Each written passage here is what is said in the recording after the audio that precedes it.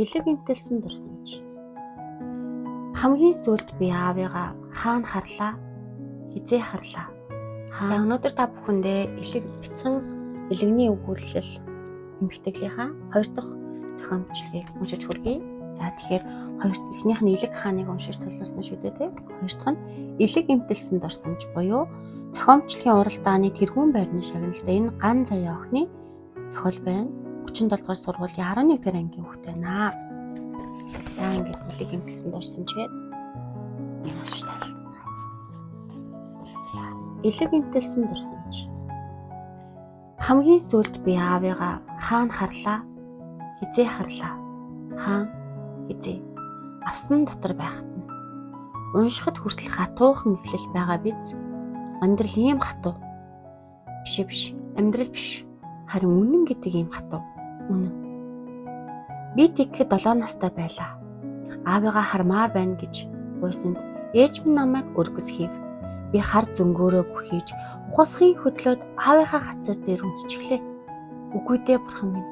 Би тийм хүүтэнд би урд нь хүрч байсангүй. Хүрэхдээ халууны л хуруулаараа шүү. Амьгүй болсон аль хэдийн хүрсэн би даан хүрсэн минь энэ. Хав халуун, дулаан, зөөлөн хүнжилт нам унтаж байснаа гинэт цочин сэрээд хүүхөтөн ус руу биеэрээ унчих шиг л болж үлээ. Маргааш өглөөний ээж маань биднийг хар өвөр ирсгэрийгээд телегочтой салах ёс хийхээр ирэх үү олон хүнээс нэг дор тийм олон хүн цугалсан байхыг тэгэхэд анх удаа харсан би. Хүртэж аав дээр минь биднийг аваатсан юм. Аавыгаа хамгийн сүлд харсан минь тэр.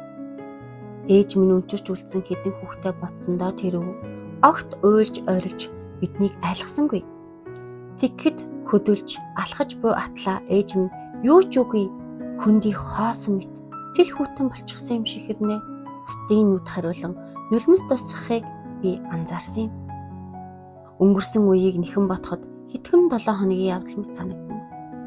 Ээж өнөө л амгалан төрөх гархан суухад шал согтоо гуйв нь тогтож сууж үл чадах аав минь хоолоо идэхгүй цааш түлхэж эхнэр хүүхдүүдтэй хайртай би амнасаа ч илүү хайртай гэж ээж рүү ухас хийхэд ээж үгүй дээ хайртай бол ингэж арх уун байж биднийг зовоох хэрэг юу байна гэж цааш түлхэж ирэх. Охин минь унт гэж юу ч болоогүй айтаа хэлэх атлаа хилэлцсэн хар нулимсаа шүрхэн арчиж байхыг би анзаарч билээ.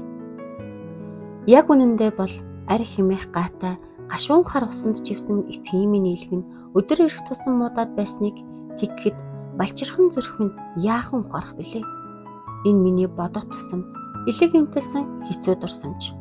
Аавыг минь ад жаргалтай явсан бидний амьдралыг архин толгоогоо мэдүүлсэн эцгийн минь элэгний өвчин ийм чимээгүй мэрж байсныг даанч би эцэнгүй гэж бичжээ. За мөн уран зургийн уралдаанд явуулсан 4-р сургуулийн 2 дахь ангийн хүүхдийн зураг байна. Хүмүүсээ илгээ хайрлая гэсэн хүүхэн зураг болсон байна. Өнөөдрийн өгүүлэлтэд хамт байсан та бүхэндээ маш их баярлалаа. Нэгийг бодож хоёрыг тунгаан эзээ. Ингээд элэг гэдэг чимээгүй эрхтний бүгдээрээ хайлаж хамгаалцгаая. Тэгээд элгэн халуун нутагта элэг бүтэн сайхан амьдарцгаая.